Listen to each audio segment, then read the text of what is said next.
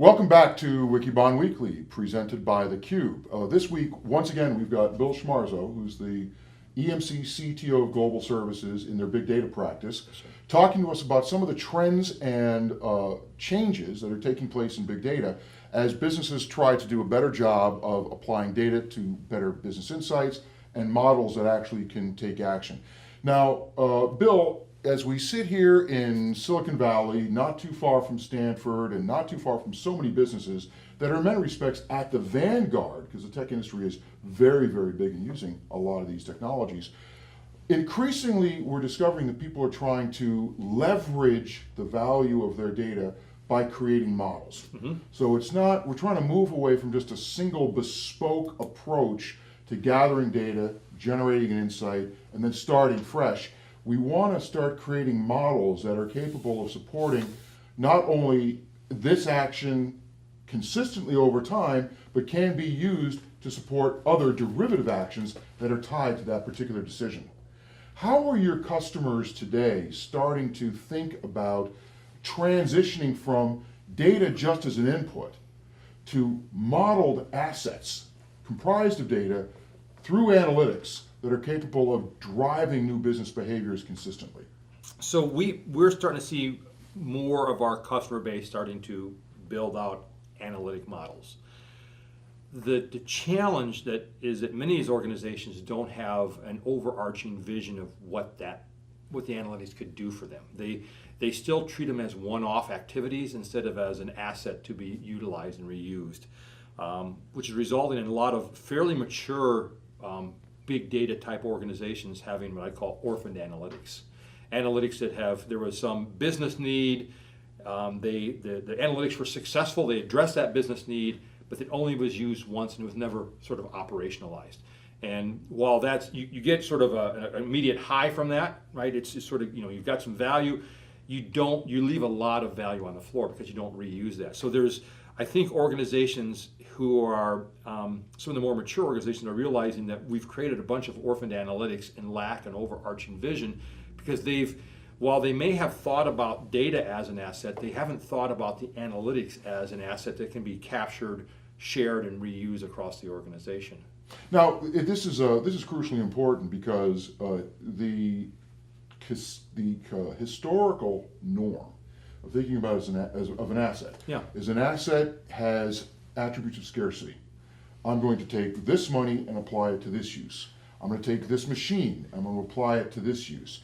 I'm going to take this piece of real estate and apply it to this use, and I can't apply it to multiple uses at once. Now maybe I can apply a building to accounting and HR and other types of things, but ultimately that asset has high asset specificity, as an economist would say.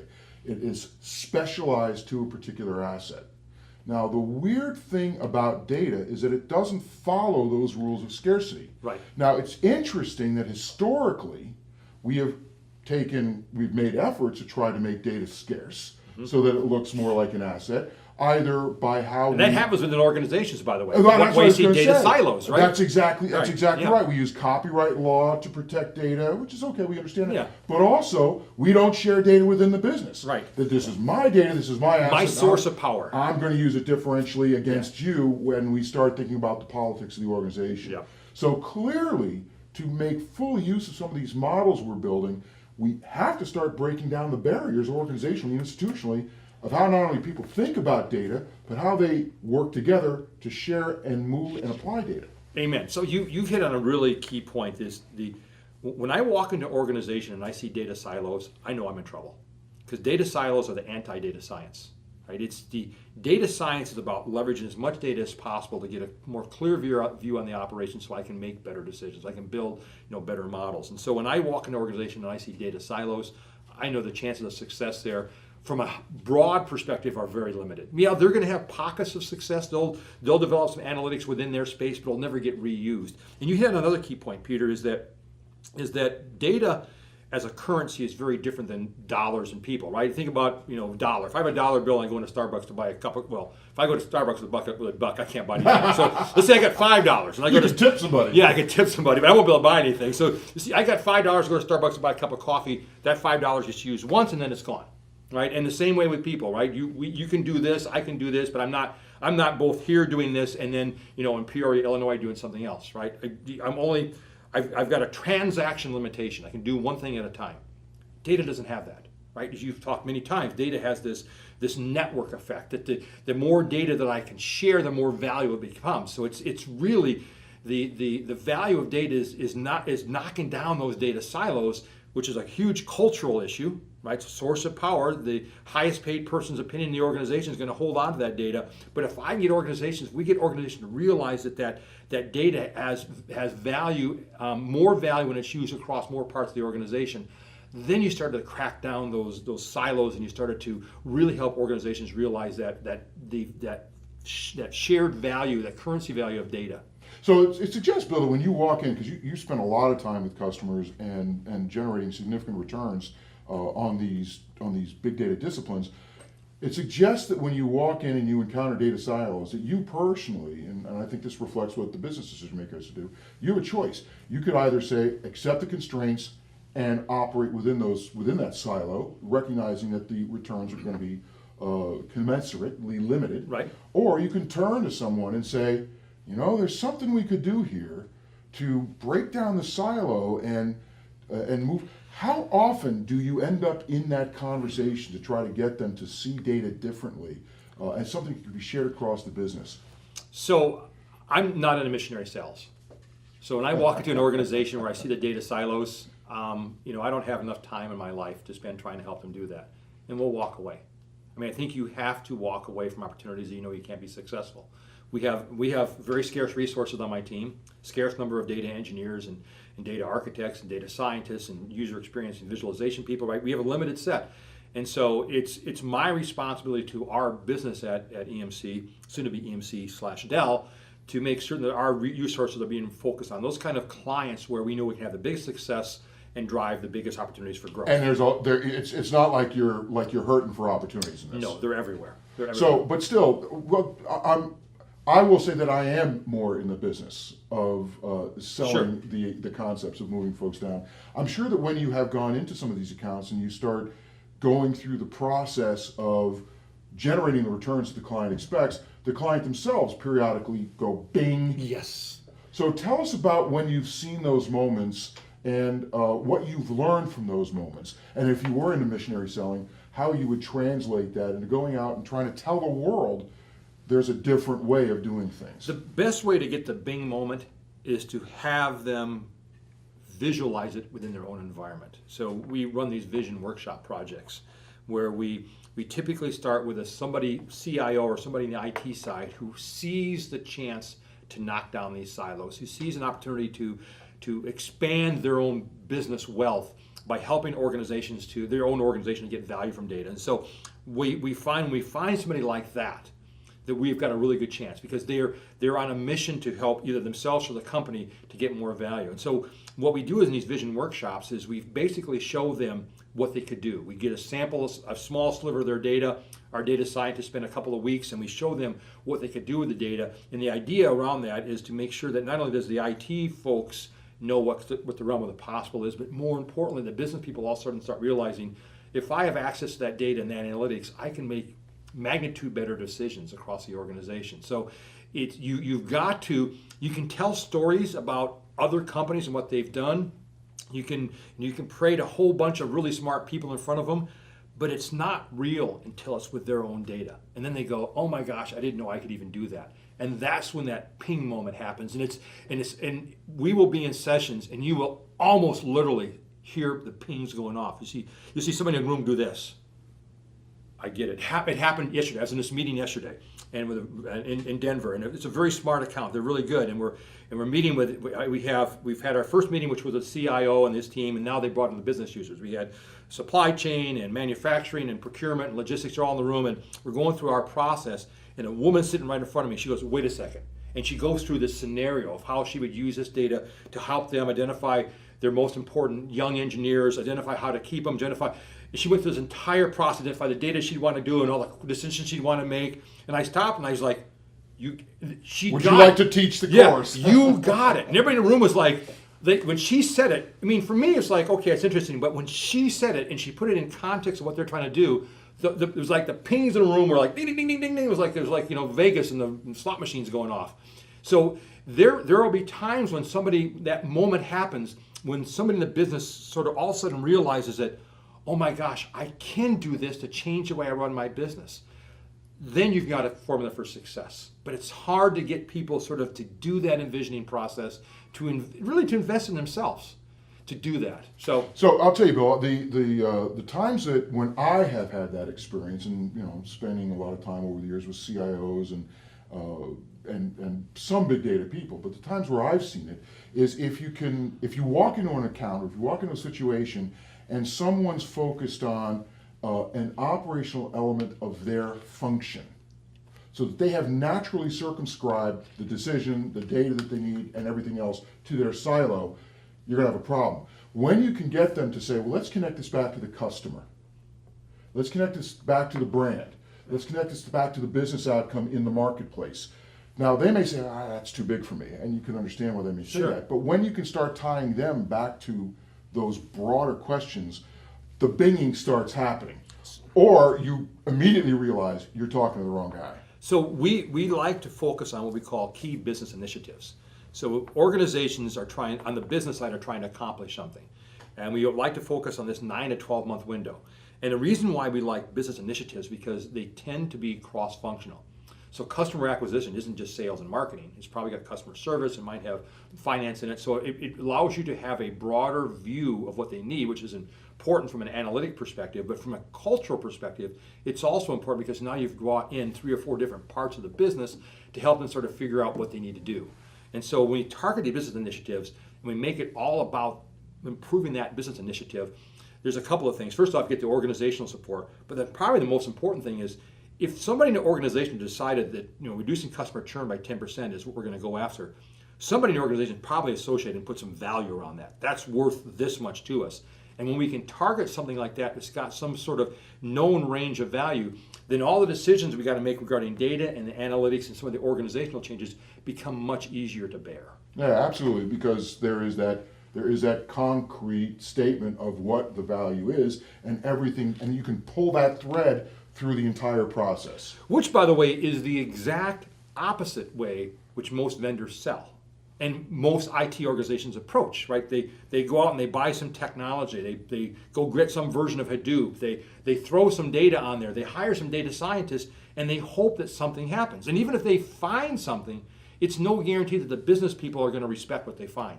Well, that's a great point, Bill, because, and I do want to talk about this notion of models and some of the technologies, but at the end of the day, these are just tools. I mean, we could do everything we're talking about on, with abacuses and paper. It might take, an infinite number of monkeys and an infinite number of time to do it, but you could probably do it. But there are tooling that makes it easier or not. But the two elements of this have to be not only being able to bring the data in, build the models, and apply it to the decisions, but also from a technology person perspective, understand how all of that is going to flow to the right person at the right time so the action actually takes place. Yes. You've got to think, even in the early phases of envisioning, you have to think about how do you operationalize it. And in most cases, we find that the people who we're trying to make more effective are humans. It might be a teacher, a physician, a nurse, a parole officer, an engineer, a technician. And we need to think early in the process about how are we going to deliver the insights to them in order for them to do their jobs better. So the operationalization of the entire process isn't something you wait to the end to do. In fact, you'd like to bring those people into the process early because they probably know things about their work environment that no one else does, right? Because they live it every day. And so bringing those people into the process, even in the envisioning part, ensures you that when you get to the operational phase, which is where really the rubber meets the road and all the value is realized, you can successfully execute on that. You have incorporated what is really important to the overall design of the solution. Yes. Which is someone doing something different. Yes. So let's talk a little bit about technology. Now, I know you're not. I know you're not a guy that goes out there and comments on Spark or this or that or the other thing, but you are very, very familiar with the technologies that people are using and the complexity that those technologies are engendering. I was not too long ago having a conversation with a head of analytics at a large bank who basically said, I am now at a position where I cannot differentiate all these open source tools because they all look like they're doing the same thing to me, but they're saying they do something different. How is complexity in the tool set starting to constrain or put a cost on this natural flow of moving from decision out to action? So you've raised a problem that we're seeing across a lot of organizations, especially organizations that take a technology first approach. If you start off with the technology first, so you go out and you spend a number of months figuring out which version of Hadoop to get. And then as soon as you get it in and you get it installed and get it operational, somebody says, oh, we should be using Spark. Oh, okay, so off they go chasing their tail on Spark. And then somebody comes out and says, no, you need Flink. Oh, okay, let's go this way. So the challenge is if you think the value in the big data conversation is in the technology, you will forever be chasing your tail. Because like you said, there's a plethora of new tools. Heck, while we've been sitting here, there's probably been some startup garage 2 blocks away has created a whole new tool set that we didn't even know about yet, right? So what we advocate to our customers, this sounds kind of weird coming from a technology company, is that look at your technology as being disposable.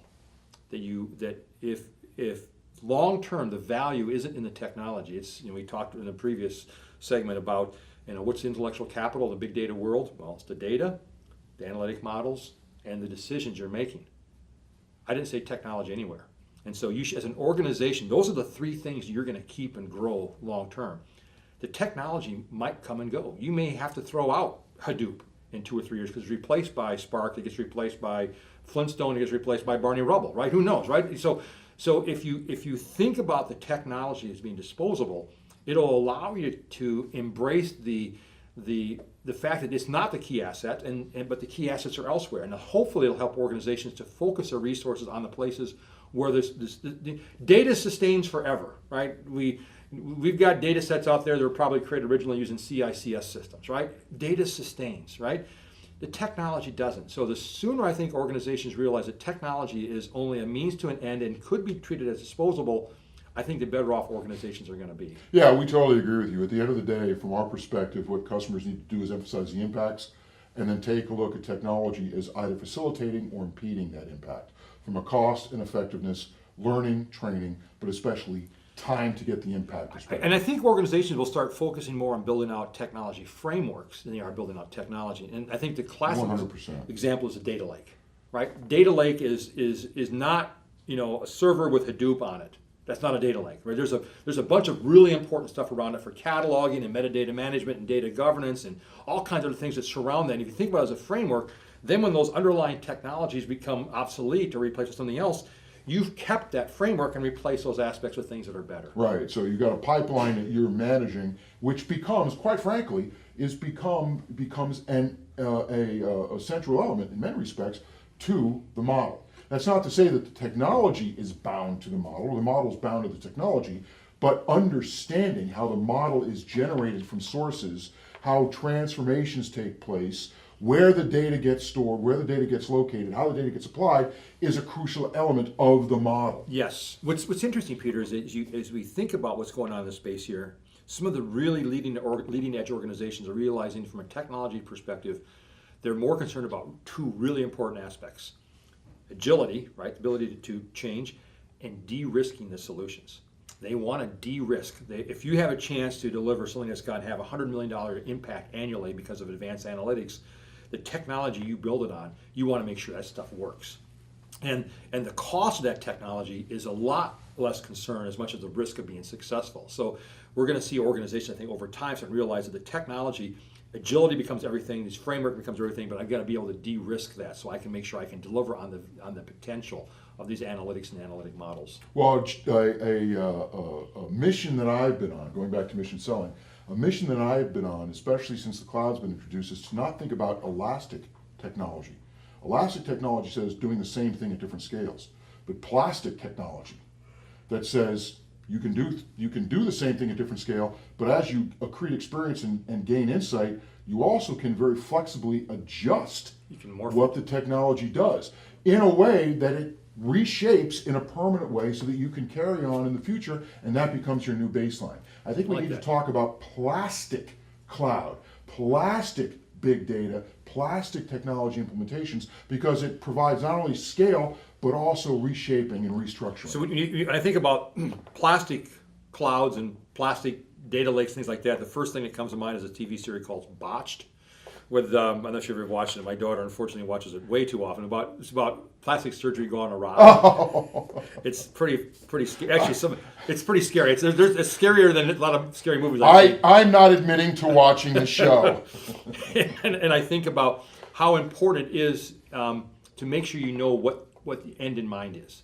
And the end in mind is not the technology. The technology just to support that. So you don't want to have a botched sort of infrastructure. Right. You want to make sure your infrastructure is in place to support that end goal, whatever the business initiative is, so that you have that plastic kind of approach that can be morphed to meet what that need is. Bill, that's an ugly, pun intended, metaphor. Thank you. All right, so let's close this segment of Wikibon Weekly and theCUBE. Again, Peter Burris with Bill Schmarzo, CTO of the Big Data Practice in EMC's Global Services Group.